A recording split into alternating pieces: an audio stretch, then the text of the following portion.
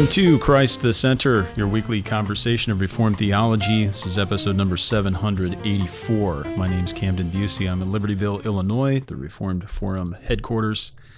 I guess we can call it that. We don't have another name for it, like some odd Latin or Greek name for this place, but we're happy to be here to start off another year of Christ the Center. The end of January will mark officially the 15th anniversary of this program. I think it's January 26th, in that ballpark, but January 2008, we had episode number 1, and we're just motoring on through. So lots of good conversations, and we have with us one of our regulars, one of our co-founders, and the president of the board here at Reformed Forum, Jim Cassidy. Jim also serves as pastor of South Austin OPC in South Austin, Texas, from whence he is calling in today. Good to see you, Jim, on this bright Thursday morning. How are you doing? I'm well, Camden, by God's grace. Thank you. I am fighting a bit of a cold or allergies here in Texas. Nobody really knows what it is, which is which, if it's a cold or allergies, especially this time of the year. But I was telling you before the show that I popped in my contacts this morning and my eyes went on fire. Yeah. So dry are my eyes, and the air around here filled with cedar and all that stuff. I think I'm suffering from cedar fever. But anyway, it's good to be here, and glad to be tackling these subjects. Yeah, thanks. Yeah, I'm glad to talk to you. I know you've got a lot going on, but I'm thankful that we're able to connect for a less formal episode. So we're got a little agenda for you. I'm going to give you a couple updates, and we're going to talk about some new things for the year. It's this time of year where people set up resolutions or plans, for Bible reading and things they might want to do with their family or new habits they might want to instill. So I want to share a few things about that with you in terms of what I'm doing, and share some tools and strategies.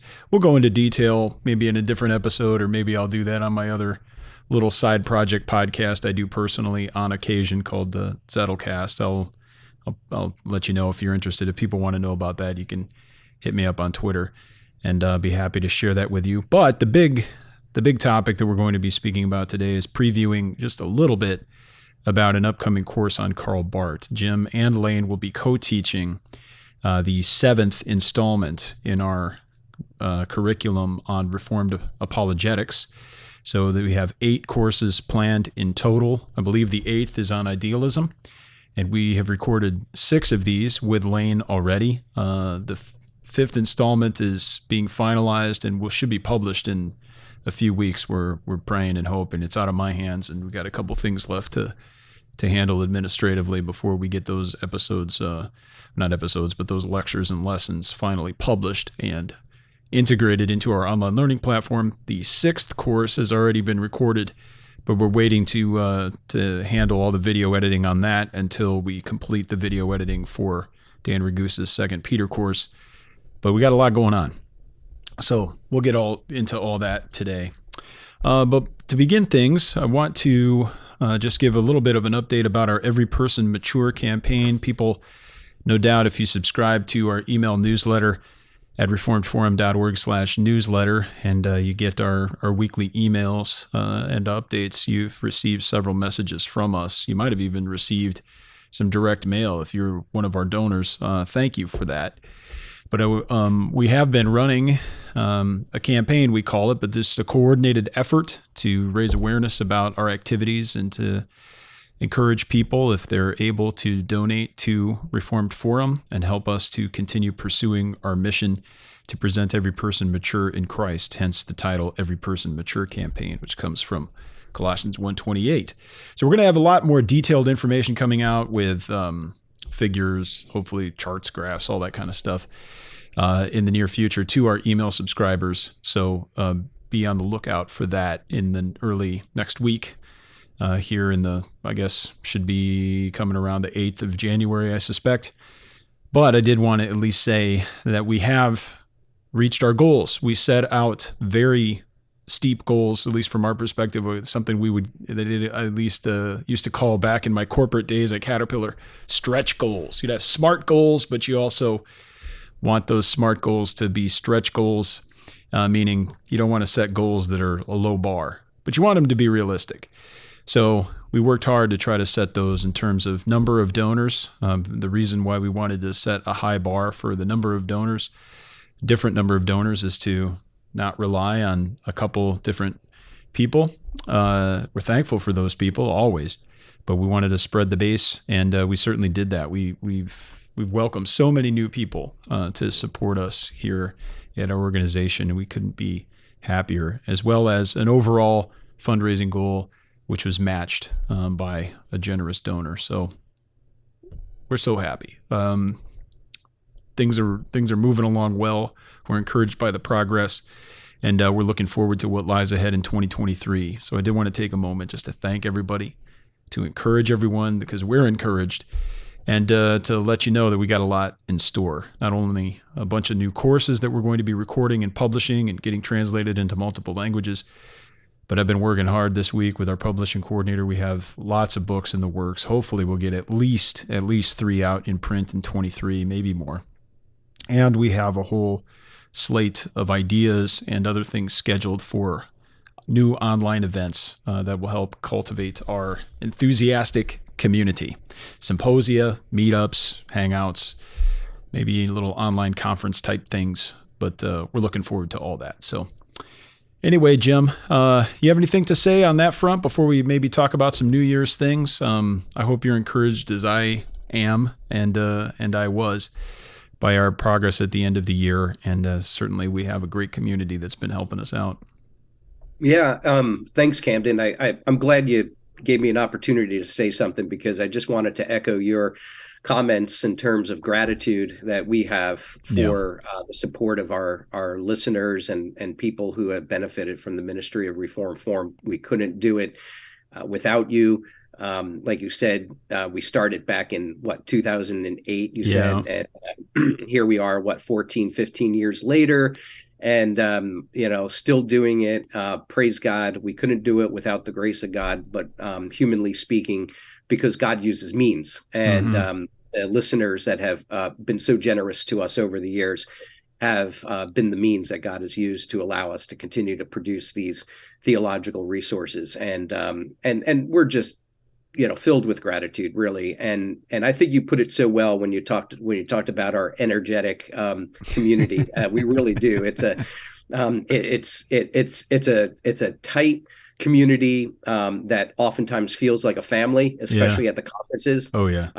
And so while we are small on the big scale of things, but we would welcome anybody who might be listening to this episode to come join that community. We believe that the Lord will grow you and benefit you through it. Amen. Little tidbit there. If anybody, we have a little Discord community where we can chat and talk. That's open to donors of any amount. So if you're interested in joining that Discord, or if you've already donated at some point and are not on the Discord, let us know. You can send us an email at mail@reformedforum.org, but we will send you a note with an invitation link to all donors automatically.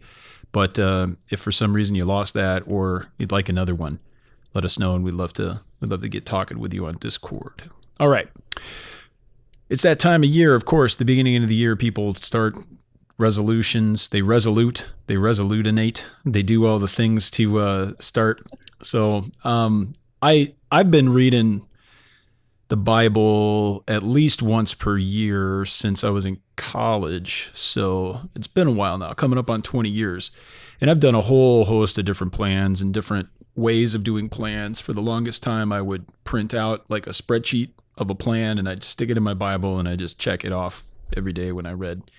And I've done tons of plans. I've done the ESV reading plan. I've done McShane plan a ton of times. I've done a chronological reading plan, which tried to put all the books of the Bible in chronological order. You name it. I've tried them all. I've done different time periods where I've done read through the Bible once in a year. The McShane plan, you read through the Bible once, but you read the New Testament and Psalms twice in a year. I've read the whole Bible in 90 days, which I recommend for some purposes, and it's a really bad idea for other purposes. So, because you just kind of burn through 20 chapters a day and sometimes don't pay attention. So you kind of, at least in my case, ended up bordering on breaking the third commandment all the time because you're not paying attention and giving full reverence to what you're reading. But I've done a ton of things, and I know there are many more options and things out there. I put out a tweet a few days ago and asked people what they were doing, and I received some helpful tips and suggestions, and it's interesting to hear what other people are doing. So I wanted to share what I'm doing because it might be helpful to someone out there, whether or not you use the specific tools or strategies that I might use. Hearing what I do might spark your interest or your idea generator to figure out what you want to do in your life. So basically, I don't know what you do, Jim, but for me, in the last several years, since I started using Logos years ago, I used BibleWorks all through. I used Accordance a little bit, but I used BibleWorks all through seminary. But once I was in ministry, Logos had come out, and I was on Mac, and BibleWorks wasn't really an option. And I started using Logos, but Logos has a built-in reading plan tool.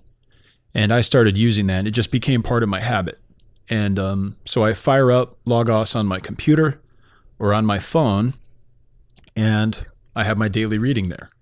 So it's easy. Now, there's great value in opening a paper Bible and having that tactile experience and doing all that. I don't discount any of that, and I still use paper Bibles a lot. I have them around the house. I use them for various things. I use them when I'm preaching, etc., etc. But for my daily, normal Bible reading, I use the Logos app mostly on my phone, but also on my computer. And I fire it up, I click the plan, and it's got all my reading there, and I read. And then I check, mark, read. I complete the reading for the day. And so if I happen to miss a day, then the next day I'll have two, lined up. And it's become part of my daily life, and I get through it that way to make sure that I read a wide variety of biblical literature. But at the bare minimum, if I'm staying up with a plan, and I do, I get through the whole Bible at least once in a year, depending on whatever plan I used. And they have a ton of plans already built into the Logos system. So you can pick whatever one you want at whatever pace you want, or you can generate your own based on your specifications, whether you want to read every day, whether you want to read weekdays or only on weekends, whatever. You can set that up, and the computer figures out what it's going to feed you. So you ever heard of this or ever seen the Bible reading, not just the Bible reading, but the reading plan tool inside of Logos? For Logos. Yeah, I have. And I tried it for about a month, I think, one time. And it was just, it's not for everyone, but for some people, it's great. Well, yeah, what wasn't for me. So I do a canonical reading through the scriptures where I read 2 chapters of Old Testament a day and 2 chapters of New Testament a day. And I've never kept track as to how long it takes me to get through the Bible at that pace. Oh, sure. That's the pace I try to keep. But you have read the whole Bible before, right? Oh, yeah. Well, except for, certain parts of the law that really aren't. No, I'm only kidding.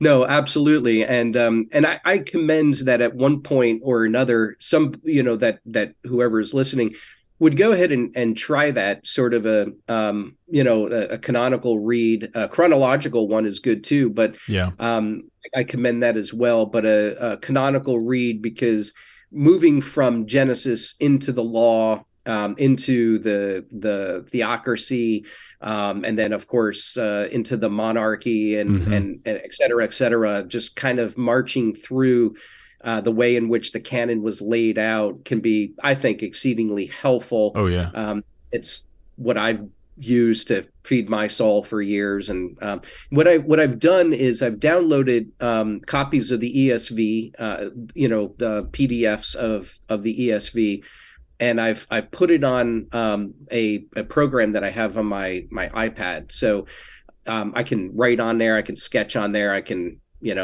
take notes. Oh, you mark up the ESV. Interesting.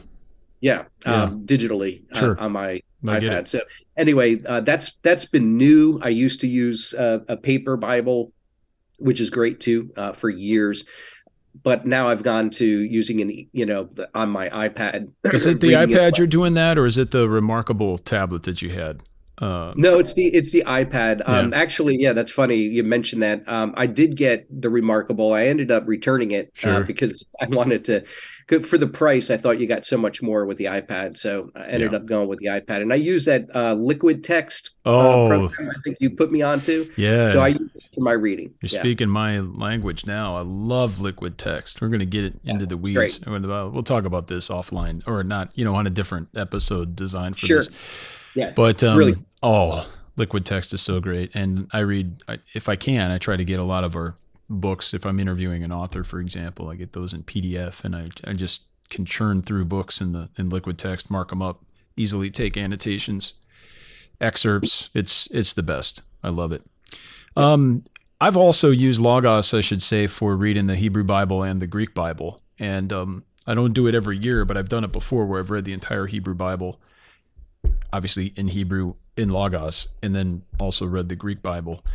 And that's helpful. I imagine there are a lot of scholars, especially systematicians, who might not have done that, or even pastors who have not read the entire Bible in the original languages. And I'm not saying I sat down every day and did painstaking work to translate everything, or even translated it, but just the activity of working through every word of the Bible in its original language is valuable. So that's something to take a look at. And then not Bible reading, but I've also used consistently, or many times I should say, used the Logos reading plan, a tool to read through larger works that are harder just to sit down and read, and make sure you get through. So I've read lots of systematic theologies and dogmatics. I've read through all of Bavinck, his Reformed dogmatics, all of Voss.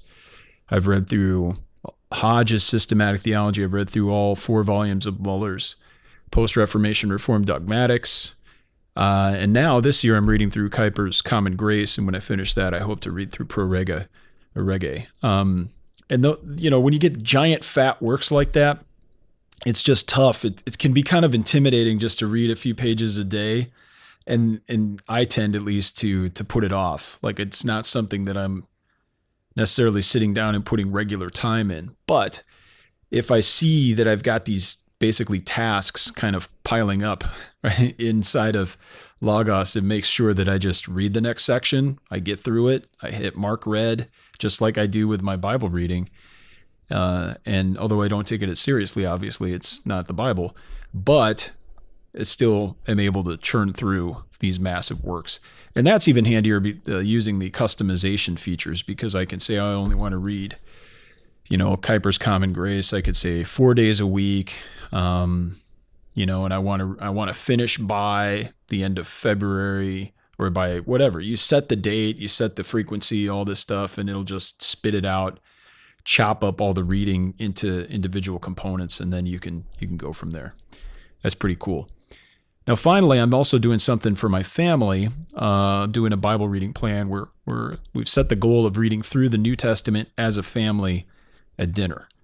And we're also using a separate Logos plan for that. So I created a different reading plan, different from my own personal one.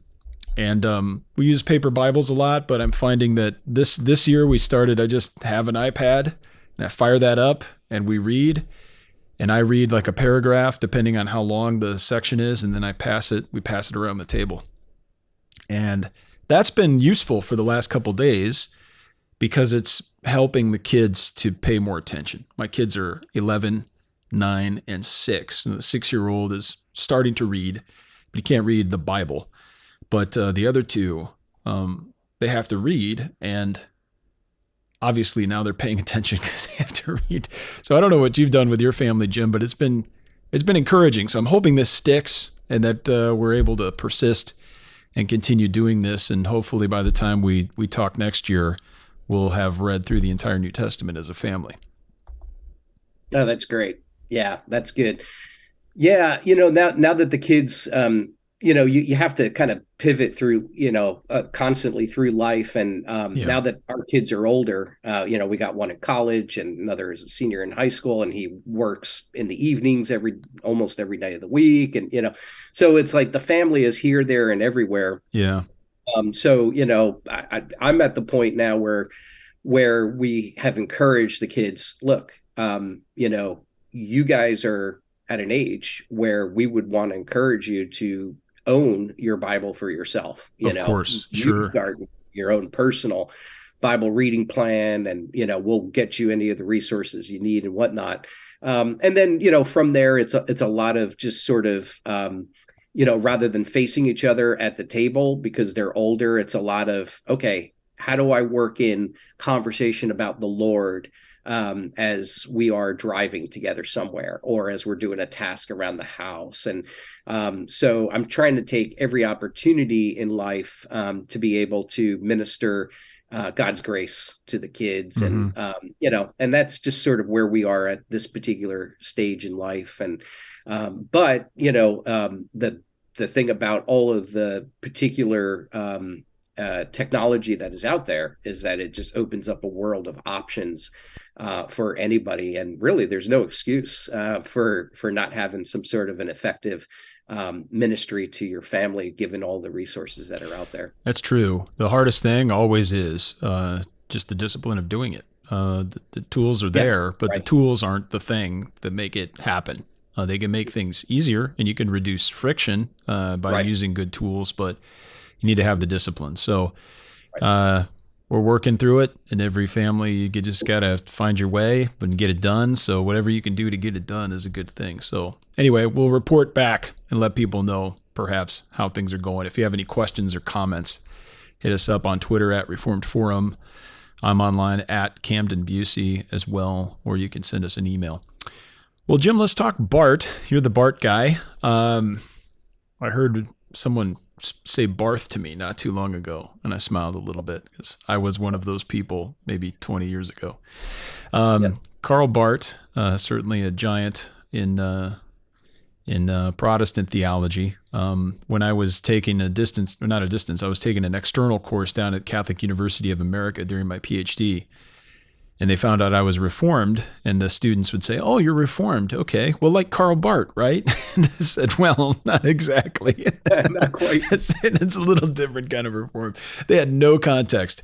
I started naming theologians. They couldn't connect to any of them until I got back to Calvin and said, "Oh yeah, we know about John Calvin." I said, "Yeah, love John Calvin, except I like John Calvin not just for historical reasons. I actually believe the same things, almost to a T that he believed." And they were like, "Really? Interesting." They just had no conception of a conservative, confessional Reformed person. But here we are. So Karl Barth wanted to give us wanted to provide our listeners with a bit of a preview about this upcoming Barth course, and perhaps Jim, you can preview what we're going to address and what you and Lane are going to teach, specifically your specific section of that course.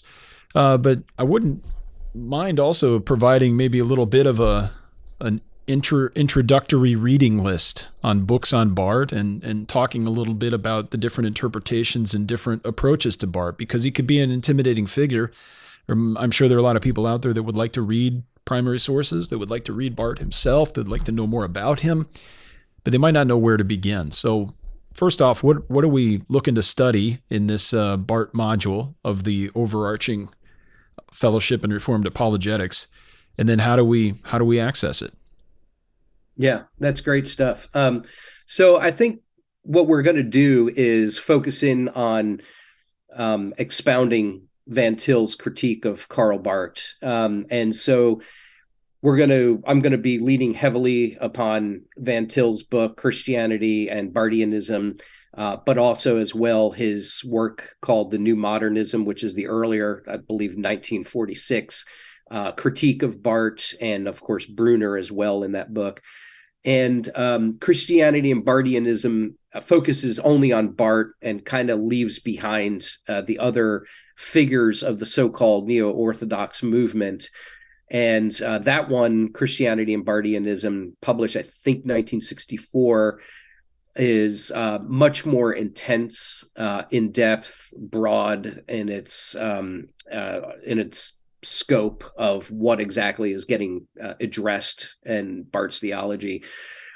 So I think that what I would like to do, one of the things I would like to do, is to take several key insights that Van Til has into Barth's theology that I think are really good and helpful, and explain and unpack them for our audience, our listenership, whoever may be observing, and be able to do it in such a way that makes Van Til's critique perhaps a little bit more streamlined and a little bit more clear. I mean, one of the things that I've spent my study leave the last several years just working through Christianity and Barthianism because it's packed, it's thick, like most of Van Til's writings, and so I'm hoping to be able to give a few pointers to folks so that they are aided in understanding what Van Til had to say about Barth,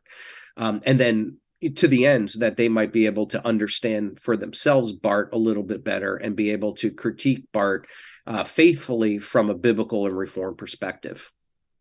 Yeah, that's helpful. I appreciate it. What are some of the introductory books? I mean, I'm looking here. People are wondering because I have this really fast lens on the camera, so it can focus on me and blur the background real pretty, right? But if people are always wondering what books I have in the background, here's a little bit of a decoder ring. So this is, you know what that is, Jim? All this? Oh, yeah, that's the white elephant, yeah. Well, it's CD, yeah. It's Church Dogmatics. It's not the nicest version. This is a cheap Hendrickson reprints, but they're there, and I can read them if I need to. I don't sit around and just grab those and read them, but if I need to reference something from Church Dogmatics, they're there. But then that's not part of your devotional time? No. I don't even put Ronner in my devotional time. Although I've been reading some of his prayers lately. They're not that bad, but I'm not reading them for devotional purposes. But up here is some of my Barth secondary literature. There's some other books in there as well, but they got a whole bunch of stuff. That's kind of my modern theology shelf, where, that's independent of Ronner. All the Ronner stuff takes up almost a whole shelf over here. Ronner and Catholic stuff.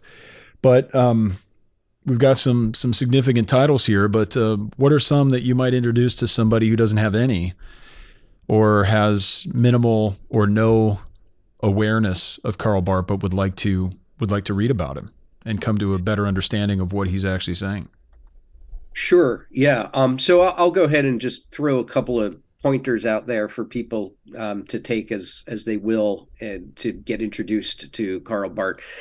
Let me start just with the primary sources first and encourage folks that if you're going to dive into the theology of Karl Barth, don't do so chronologically. And that's a little bit of an odd thing to say because maybe it's conventional wisdom when you're approaching a theologian to ramp up context and, sort of see his thought develop over. Don't be so ambitious as that because Barth leaves all sorts of stuff behind by the time he gets into the church dogmatics. So some people are tempted to begin with the Romer brief, the Romans commentary. The grenade. Yeah, that's right. Yeah, that blew up the playground of the theologians. So don't do that. I would advise you not to do that because, first of all, the version that we have today is the second edition of the Romer brief, and we don't have an English translation of the first version of it, which is really the one that caused the explosion. But anyway, the second one is very different from the first, as I'm told, because I have not read the first. I've read summaries of the first, but not the first itself. And so as you move along in his thought, you really don't get sort of codification until you get to the church dogmatics. He wrote some other Göttingen dogmatics as well, which was, sort of a false start as he described it. And then by the time you get to the church dogmatics, that's sort of the Barth that we all deal with. And so if you really want to get into Barth's theology, get introduced to it, just go ahead and pick up CD 11 and start from page 1 and work your way through there. That's one way that you can get into it. CD 11 is, all of it is important, the entire church dogmatics for understanding Barth. But CD11 is so foundational and key on his doctrine of revelation that you just want to start there. That's pretty much it. Yeah. Yeah. It's in a nutshell. Yeah, it really is. And then from there, in terms of the secondary sources, obviously there is no shortage of secondary sources. I hate to be self-promotional here, but of course you can check out my volume that I have with Logos and called God's Time for Us. I think that's a brief, an overview of the church dogmatics in brief.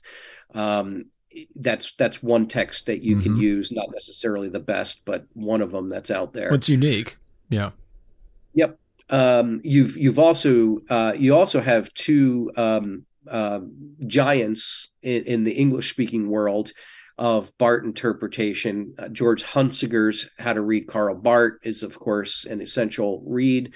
And although I have some disagreements with what's in there, but still an important text to grapple with. And then of course there's Bruce McCormick's work, the dissertation that he published with Oxford, the critical realistic dialectical theology of Karl Barth. And then he also wrote what I regard as a significant work. It was an article in 2000 on grace and being in the theology of Karl Barth.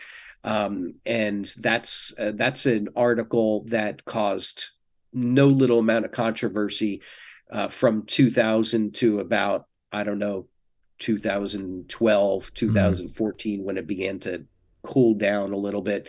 But it's still a significant work that needs to be dealt with, that needs to be reckoned with.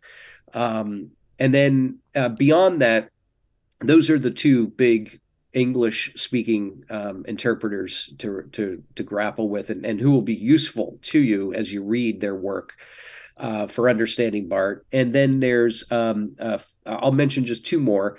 Eberhard Busch's book on the biography and letters of Karl Barth is pretty significant if you want to understand the context, the theological context in which Barth is writing and operating.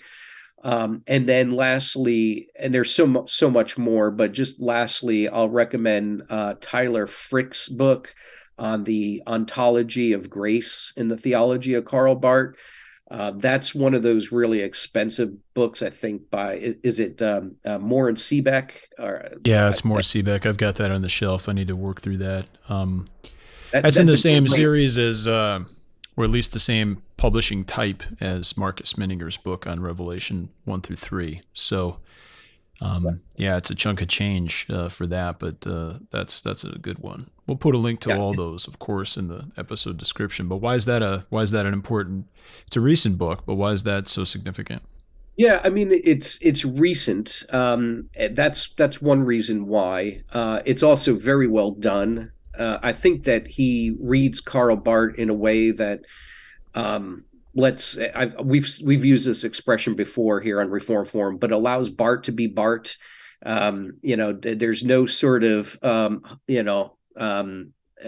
don't know, hemming and hawing or smoothing over kind of the rough edges of Barth's theology. He just, he's a relentless expositor of Barth's theology. And if you read Frick's book and you get what he's saying there, you have Karl Barth, in my opinion. I mean, you have the essence of the man in that book. I can't recommend that volume enough, simply because it's going to get you into the current scholarship. It will introduce you to all of the bibliography that's there, that's important.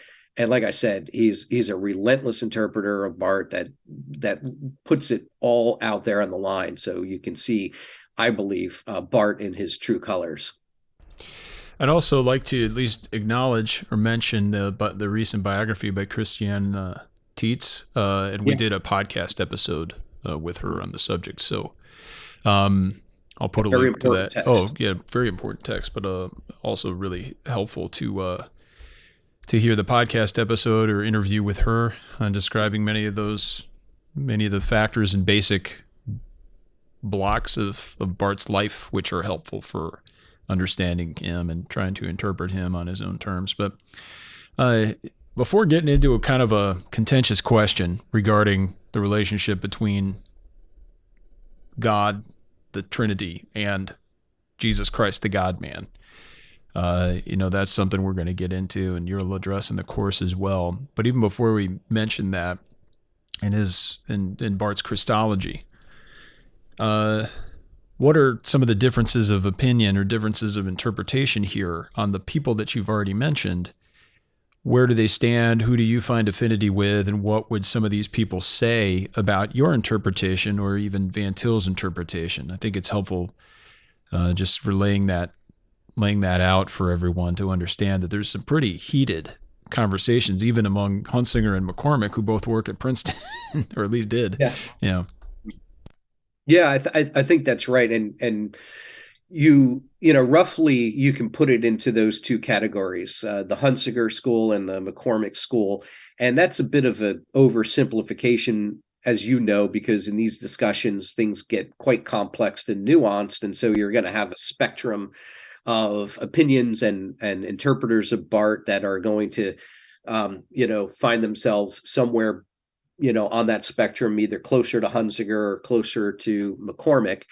And everything in between, and perhaps some other things outside of those parameters as well. I think that if I were there is obviously a great deal of nuance that is there between McCormick and Hunsinger in the debate that has sort of transpired between them and then their disciples for a lack of a better term. So I think if I were to summarize overall roughly the two schools, sometimes also called the revisionist school, which is the McCormick school. These are Hunsinger's terms. Hunsinger refers to the McCormick interpretation as a revisionist interpretation. And Hunsinger's school, he has self-identified as the traditionalist interpretation. And I'll explain just very briefly what that means in a nutshell. So McCormick, his interpretation of Barth sees Barth's actualism, his actualistic ontology, is quite central to his theological thinking. And that means, in short, that God's being, his ontology, is determined by his act, particularly his act of grace for us in Jesus Christ. Okay, so it brings into view then God's acts towards creation in order to understand who God in his being is. And that stands over against a more traditionalist, or we might say Catholic, Orthodox, whatever way in which we approach the doctrine of God, which is that we see God and we understand God, according to the scriptures, as being self-contained, right? That his being is quite prior to and independent of his acts towards creation.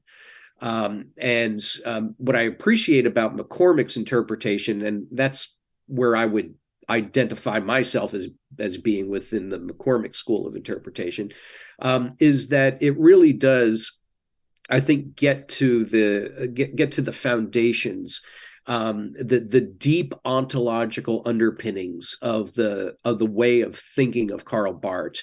Which is thoroughly modern. I mean, it's self-consciously, purposefully modern. Now, of course, Barth is an iconoclast. I mean, he is smashing all sorts of liberal icons. This is why so many people liked him early on, even people that were conservatives, because it had this notion of, or it's the old saying of, the enemy of my enemy is my friend. Well, right. And so if you see somebody attacking classic liberalism, the presumption can be, oh, that's my guy. That's my guy. Right. That he's on our side, and of course he's not, because at the end of the day, Karl Barth's anti-metaphysics. Okay, and by anti-metaphysics, what I mean is Karl Barth's purposeful rejection of what we might call scholastic or medieval approaches to metaphysics that has its a sort of connection to Greek approaches to metaphysics and philosophy, etc. Barth very purposely rejects that. That's another icon that he smashes, right? Is that older approach, that scholastic medieval approach to the doctrine of God, and puts in its place this actualistic ontology. So McCormick is very good at relentlessly, kind of like how Frick is, Tyler Frick, just absolutely relentless in digging deep within the thought of Karl Barth to bring out just how radical his proposals were and still are today. Hunziker, along with a Roman Catholic theologian by the name of Molnar, together have sort of tried to defend Barth's orthodoxy, that Barth is actually operating in a way that is much more in continuity with the Catholic tradition, Orthodox tradition, however you want to explain that, where Hunziker would argue that there is a being of God that is quite prior to and independent of creation. Now, there's a lot of nuance as to how Hunziker explains that. We won't get into here, but to put it roughly, in a way that is way simplified or oversimplistic, is that the McCormick school is wanting to bring forth to highlight the modern Barth, and Hunziker's school is wanting to bring the more highlight and bring to the surface a more Catholic traditional Orthodox Karl Barth. So what do you think about that? I tend to read Barth, and I sympathize more with, I guess, the McCormick school, although I have very different assessments about that. so perhaps, Dr. McCormick would interpret Barth a certain way that I would probably agree with and follow with, although I'm no expert. But then Dr. McCormick would say, yeah, that's a good thing, and I like that. And then I would say, wow, that's terrible. This is not a good biblical theology to go for, or a theology that's not biblical, and therefore not orthodox. So where do you come down on that, or is it somewhere in between? How do you parse the differences between these schools of thought and interpretation? Yeah, I mean, I'm drawn to the Bruce McCormick school of interpretation, because as I read Barth, I think that's exactly where it is. And to highlight what you were saying, I feel the same.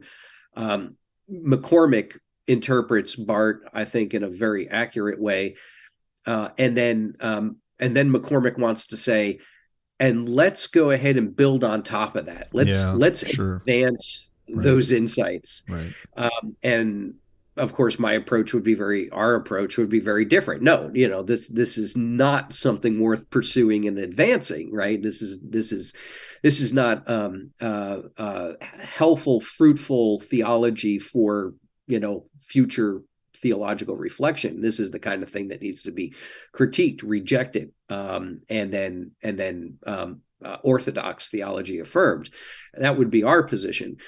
So I find myself there, and what part of the reason why I'm perhaps so drawn to Van Til's reading of Karl Barth is because, and we have said this before. This is an old mantra of ours, I know.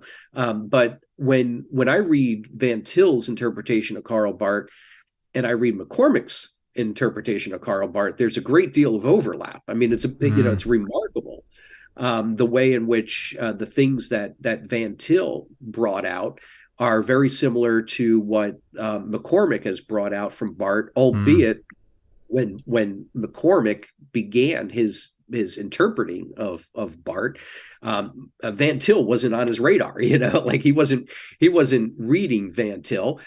So Van Til and McCormick sort of have come to similar, or not quite the same, but very similar conclusions about the theology, about how to read the theology of Karl Barth.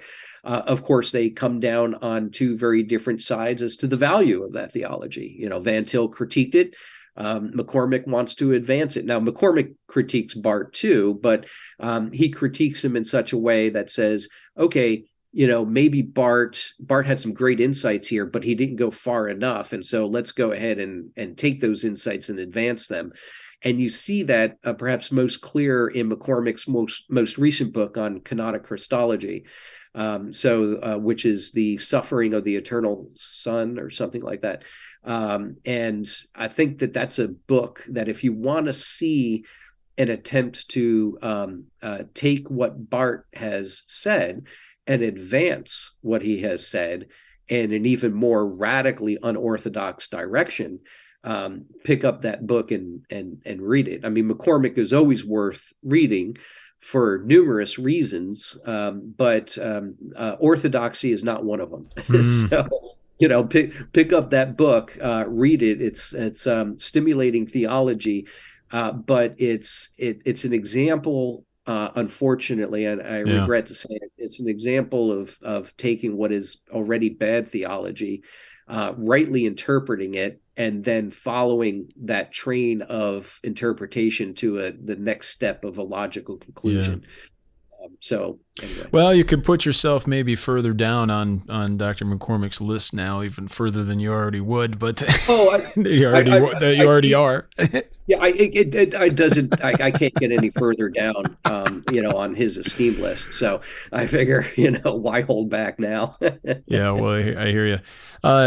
Let's take a few minutes here, maybe just to cap things off or conclude things, because I think this is a good transition point or a segue from Dr. McCormick's book on the suffering of the eternal Son to at least speak briefly about Karl Barth's Christology. And this is tied up with his doctrine of revelation, which is tied up with his actualism and the idea that God is Jesus Christ. But we need to explain what that means. Now, we certainly affirm that Jesus Christ is God, but is that a transitive statement, in the sense where you could reverse it and it means exactly the same thing? I guess, to quote a former president, it depends upon what your definition of is.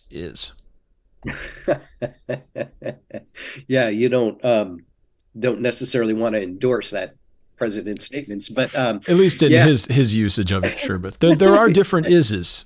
It sounds stupid, but there's the is of predication or is of attribution. The grass is green doesn't mean that all green things are grass, So, right.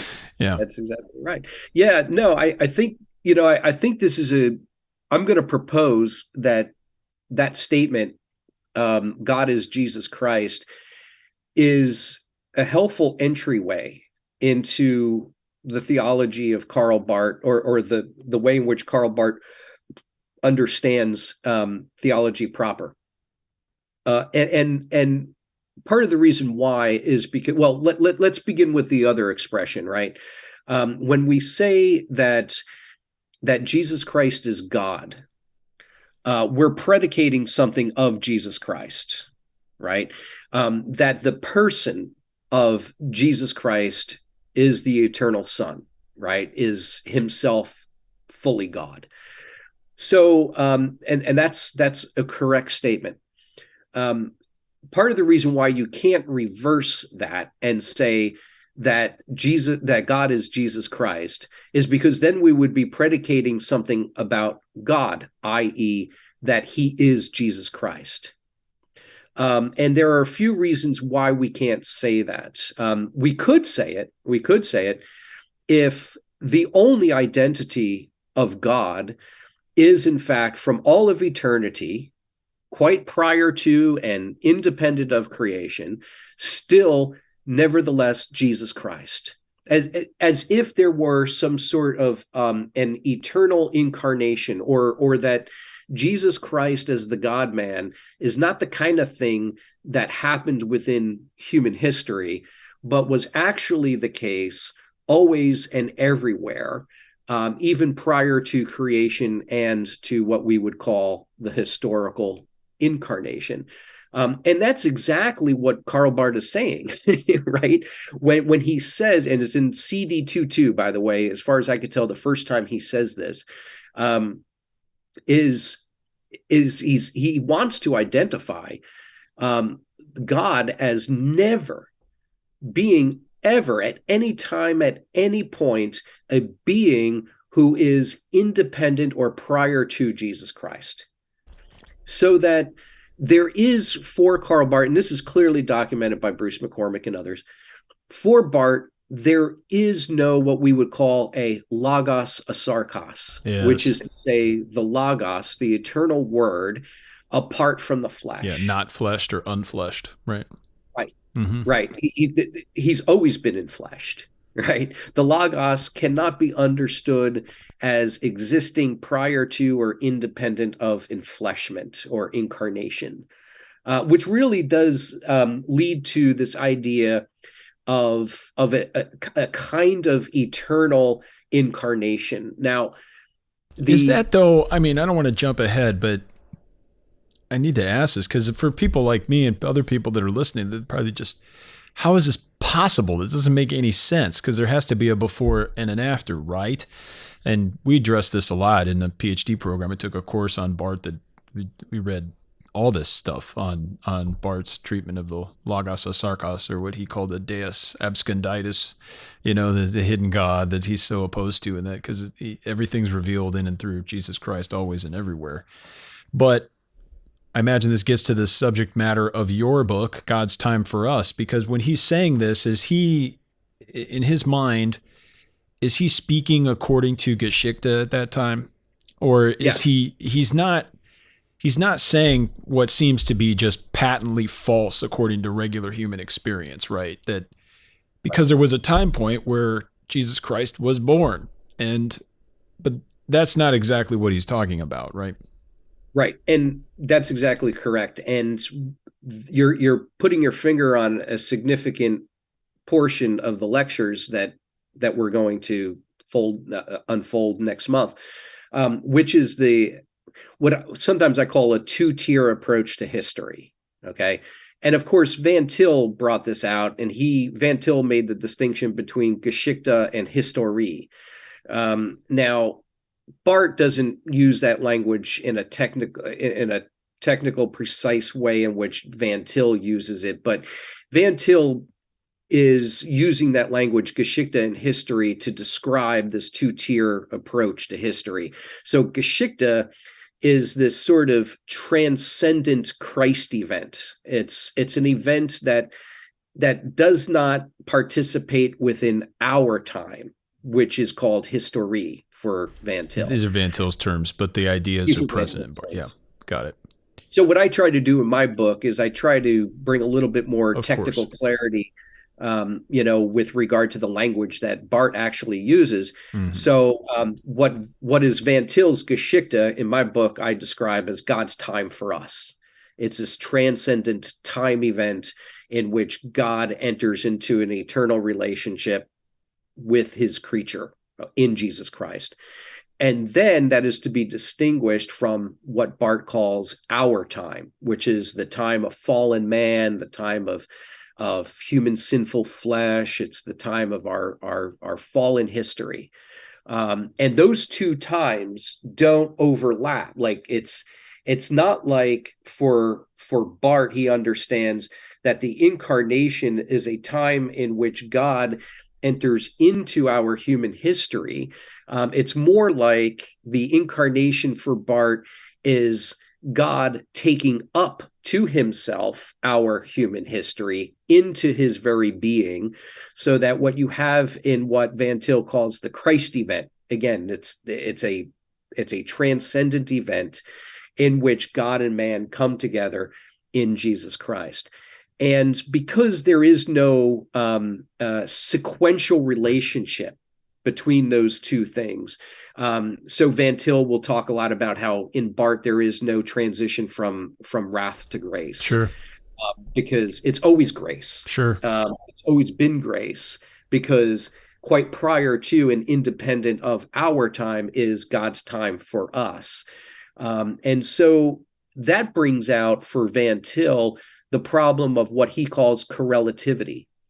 And that means that God has always existed, and his identity is found always in the incarnation of the eternal Son in Jesus Christ, which unfortunately then means that creation, because we believe, and Barth will affirm, that the human nature of Christ is a part of creation, right? It is creation. It's a created entity. And so when you bring God and the created man of Jesus into this transcendent relationship, you find that inevitably, despite protests to the contrary, that the divine nature or God himself has become in some way mutually dependent upon the creature. And that's a form of pantheism. Serious problem with actualism. Mm-hmm. Yeah. And using Van Til's terminology, which I'm also finding is replete. I'm being reminded that it's replete in Machen as well, as I've been working through very close reading of Machen's Christianity and Liberalism, seeing it's the 100th anniversary of that. This is pantheism. It's a form of pantheism. A correlativity Van Til used the most often, but he also speaks of pantheism. It's the same thing for him. Is this fair, just to put a cap on it for people that are new to this idea, but maybe are familiar with more reformed dogmatic categories? Is this, in your estimation, a form of superlapsarianism on steroids? Or, maybe to use an Avengers illustration, as if the dogmatician, the superlapsarian, got all the infinity stones? I think that's a good way to put it. Now that you put it that way, I think that's exactly right. It is a super form of superlapsarianism, superlapsarianism. Supra. Yeah.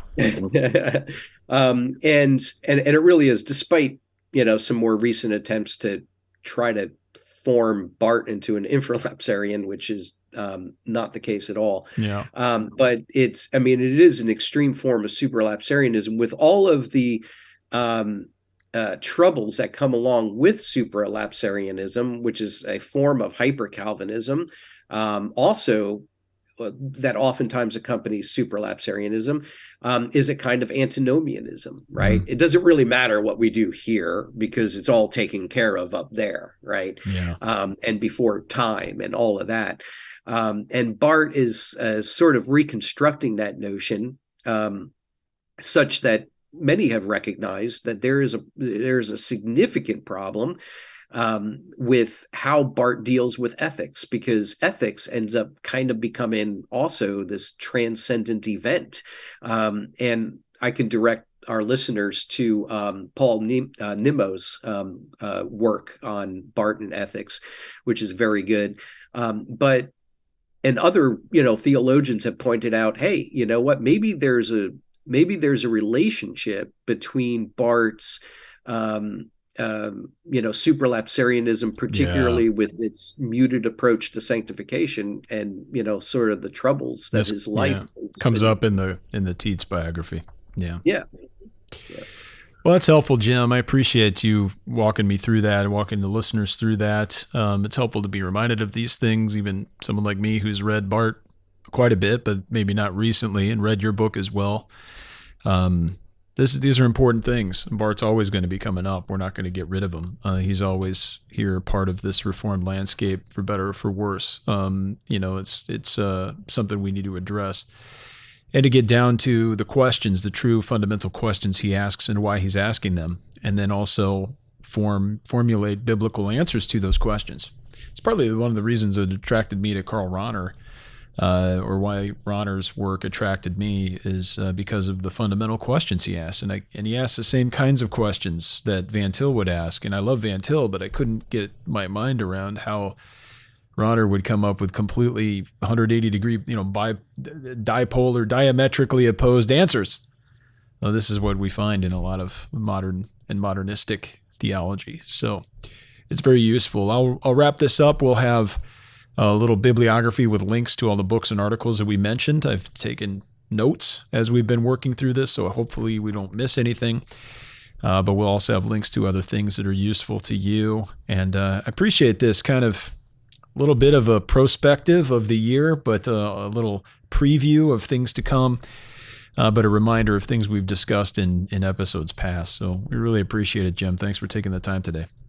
Yeah, for sure. A lot of fun. Yeah, you bet. We'll look forward to everything coming up here at Reformed Forum. There are, of course, many ways to get in touch with us.